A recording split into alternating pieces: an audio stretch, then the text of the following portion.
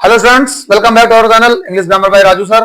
और आप लोग इस बीच पढ़ रहे हैं एक्टिव वॉइस को पैसिव वॉइस में चेंज करना, जिसमें आप पिछले वीडियोस में पैसिव वॉइस के बारे में काफी कुछ सीख चुके हैं। प्रेजेंट इंडेफिनिट टेंस की पैसिव वॉइस बनाना सीख गए हैं।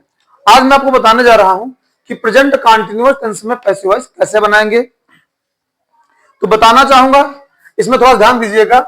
प्रेजेंट कंटीन्यूअस टेंस में जब हम पैसिव वॉइस करेंगे तो हमारे पास जो ऑक्सिलरी सहायक क्रिया टेंस के अनुसार होगी वो इज आर एम ही रहेगी, लेकिन हमें बीइंग अलग से जोड़ना पड़ेगा। अब बीइंग क्यों जोड़ना पड़ेगा? आप लोग पहले सीख चुके हो कि जब हम एक्टिव से पैसिव करते हैं तो वर्ब को थर्ड फॉर्म में चेंज जरूर करते हैं। इसमें तीसरा रूल चेक करिए, हम वर्ब को थर्ड फॉर्म में जरूर चेंज करते हैं। ये पैसिव वॉइस की प्रॉपर्टी है। अब जब वर्ब को आप थर्ड फॉर्म में चेंज कर दोगे, सहायक क्रिया के रूप में इजारा में लाओगे, ये भी ठीक है नए सब्जेक्ट अनुसार, लेकिन जिस वर्ब को आपने तोड़ा तो कंटीन्यूअस टेंस होगा तो उसमें V1 प्लस आईएनजी आपको मिलेगा। सी इज प्लेइंग, अब प्लेइंग तो आ गया, प्लेइंग में प्ले को आपने प्लेड कर दिया, लेकिन आईएनजी कहां गया? आईएनजी नहीं जा सकता है क्योंकि आईएनजी ही कंटिन्यूटी बताएगा। तो आईएनजी लगेगी, वो जुड़ेगी तो केवल V1 में। V1 हमारे पास है नहीं, वो तो V3 हो गया। हम लोग क्या करेंगे? सहायता लेंगे। सहायता किनसे लेंगे? सहायक क्रियाओं से लेंगे। सहायक क्रियाओं पास गए, दो प्रकार की मिली, primary auxiliaries, model auxiliaries. Model auxiliaries से हम लाएंगे नहीं, क्यों? क्योंकि वो V1 लाएंगे साथ में, V1 हमारे पास खुद ही नहीं। लौट गया प्राइमरी ऑक्सिलरीज में, हमें तीन प्रकार की मिली, बी हैव डू। आप वर्ब चार्ट में से पढ़ चुके हो। बी हैव डू में से डू हम लेंगे नहीं, इंफेसिस पड़ जाएगा। हैव हम लेंगे नहीं, वो परफेक्शन बताएगा।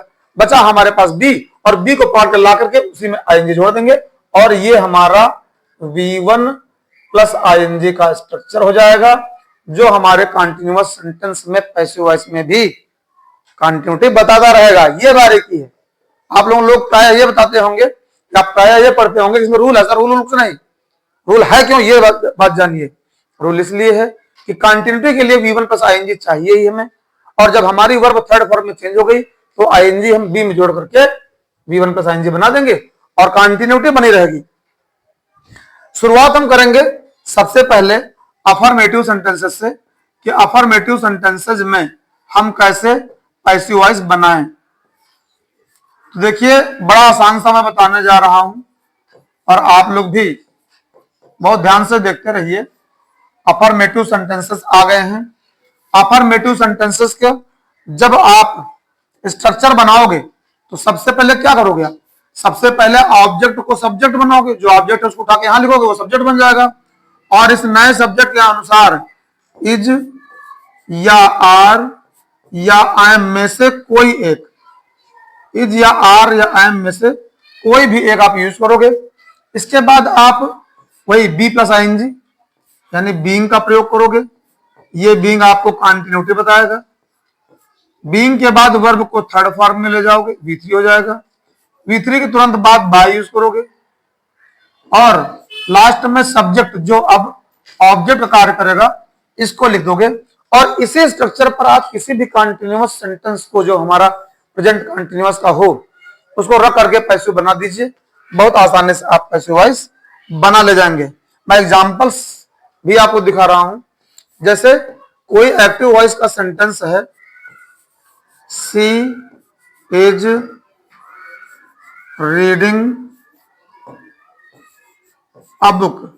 सी इज रीडिंग अ बुक। यह एक्टिव वॉइस में आपको मिल गया। जब इसे आप पैसिव वॉइस में चेंज करेंगे तो सब्जेक्ट है सी, अ बुक है ऑब्जेक्ट। इस अ बुक को आप इधर ले आएंगे और यह बन जाएगा आपका नया सब्जेक्ट। इस नए सब्जेक्ट के अनुसार जब इज आर एम में से दोगे सहायक क्रिया तो बुक सिंगुलर नाउन है, इज आ जाएगा, अ बुक इज। अब जो आपके पास रीड और आईएनजी, यहां पर थोड़ा ध्यान देना, ये रीड है और ये आईएनजी है। तो रीड को तो आप थर्ड फॉर्म में ले जाओगे, रेड बना दोगे, रेड। लेकिन आईएनजी को कहां ले जाओगे? आईएनजी के लिए आप फिर जैसा मैंने अभी बताया बी दोगे और ये बी ऑक्सिलरी से है, इसमें आईएनजी जोड़ दोगे, हो जाएगा बीइंग। रीड की थर्ड फॉर्म रेड। अब आपके मन में आ रहा होगा स्पेलिंग यहां पर भी READ और यहां पर भी स्पेलिंग READ। तो पहचान बताता हूं, अगर कोई ऑक्सिलरी आई हुई है उसके साथ कोई भी वर्ब है तो पक्का वो V3 है। तो रेड और V3 के तुरंत बाद बाय, सी को ऑब्जेक्ट बनाओगे, सी का ऑब्जेक्ट इक्वल हो जाएगा हर, लास्ट में फुल स्टॉप कर दीजिए। इसी तरह से कोई एग्जांपल है, जैसे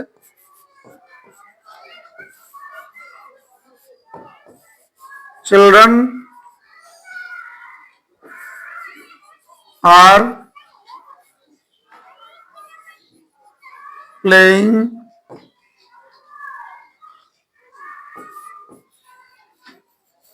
football, children are playing football.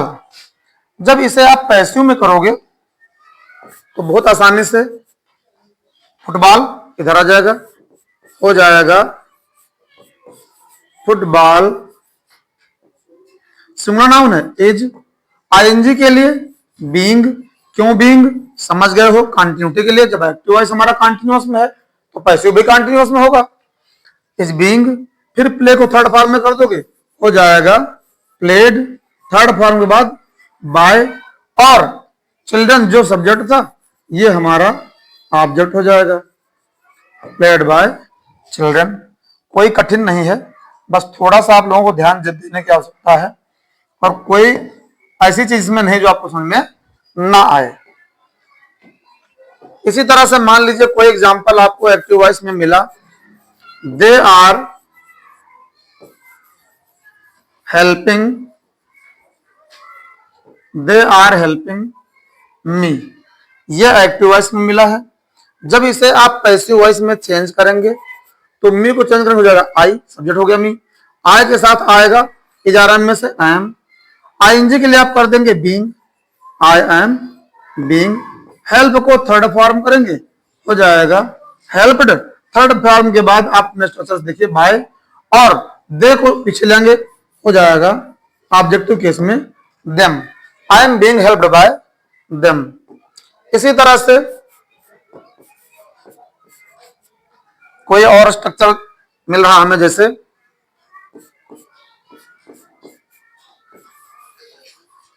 My mother is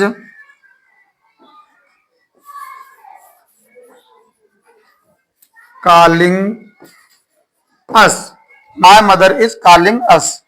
जब इसे आप पैसिव में चेंज करेंगे, अस ऑब्जेक्ट है बना देंगे सब्जेक्ट, अस का सब्जेक्ट वी, वी प्लूरल है इसलिए आर, आईएनजी के लिए being, we are being, call की थर्ड फॉर्म कॉल्ड, अब कॉल्ड के बाद V3 के बाद बाय, और सब्जेक्ट है माय मदर, इसको बना देंगे ऑब्जेक्ट,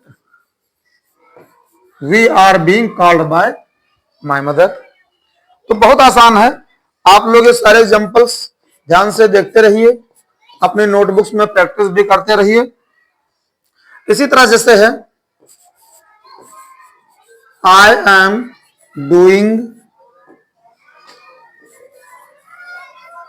डूइंग योर वर्क, जैसे ये सेंटेंस है I am doing your work.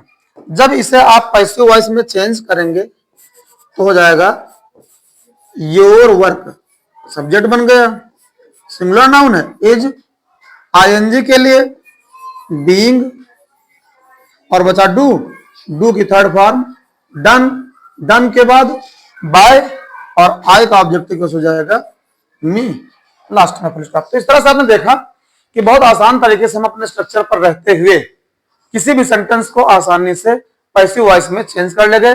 बस ध्यान रखिएगा कि कंटिन्यूअस टेंसेस में कंटिन्यूटी पर हमें फोकस करना है, और कंटिन्यूटी को बनाए रखने के लिए हमें केवल एक चेंज देना है कि हम इसमें बीइंग अलग से दे देंगे। Keep stay with me.